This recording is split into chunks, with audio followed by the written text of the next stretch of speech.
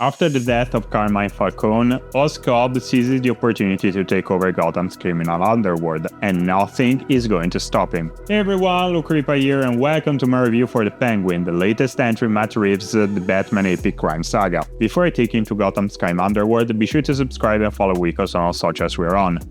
You can find Wikos on YouTube as at WikosOfficial, on Instagram and Facebook as at Wikos Cinema TV Yang and at Wikos Cinema TV Ita, on TikTok and X as Wikos English and Wikos Italia, and on Twitch as Wikos Twitch. Do so and you won't miss any of the Wikos reviews and content. There was quite the hype surrounding the Colin Farrell focused show, and for multiple reasons. First, the Irish actor knocked it out of the park in The Batman. He was absolutely superb, taking full advantage of the makeup characterizing the villain in a perfect way. Secondly, The Batman itself was also a superb movie which defied most expectation with its Sandler-like storytelling and mood, with a much grounded Dark Knight than ever before. Yes, more grounded than even Nolan's. Also, the absolute dread waiting for the sequel, which was supposed to come out next year but it has been slated for October 1st, 2026 for some time now, really helped surge the demand for the show. So finally we got The Penguin to drop on those platforms on September 19th, with a weekly episode released like all times. And boy oh boy, what a show it was. First off, the story takes place around a month after the events of The Batman,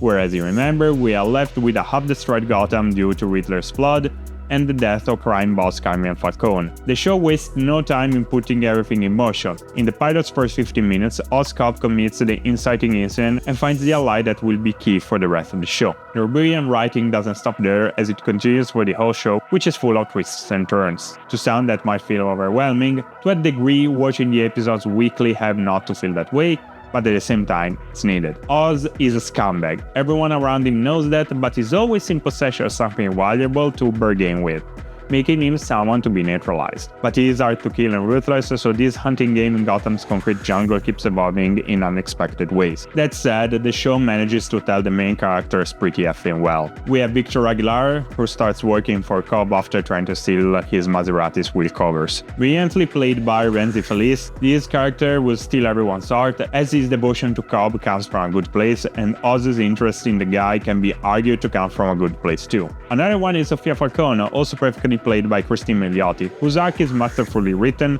fully explaining the Falcone legacy and what actually happened to her. The mystery of her Arkham recovery is well managed, and albeit the reveals happens quite early in the season, it still has a strong impact. Another character, also brilliantly played by Deirdre O'Connell, who gets an unexpected expansion, is Oz's mom, Frances Cobb, whose illness prevents us from knowing more about her son's early life until the very end of the show. And even more side characters get a good amount of time, like Clancy Brown, Salvatore Maroni, and Theo Rossi's Dr. Junior Rush. They might not get character building flashbacks, but their alliances are built enough throughout the show that they feel authentic. That said, despite all of these side characters that are well expanded, not for a second the show doesn't feel like The Penguin. He still is the central character, he is the reason why everything is happening the way it is, he is the one who actually wants to take control by all means necessary. And this is why The Penguin is a great effing show. Everything happens because of something, it doesn't happen and then. That's great writing, as it makes everything feel cohesive and well put. You add in great acting,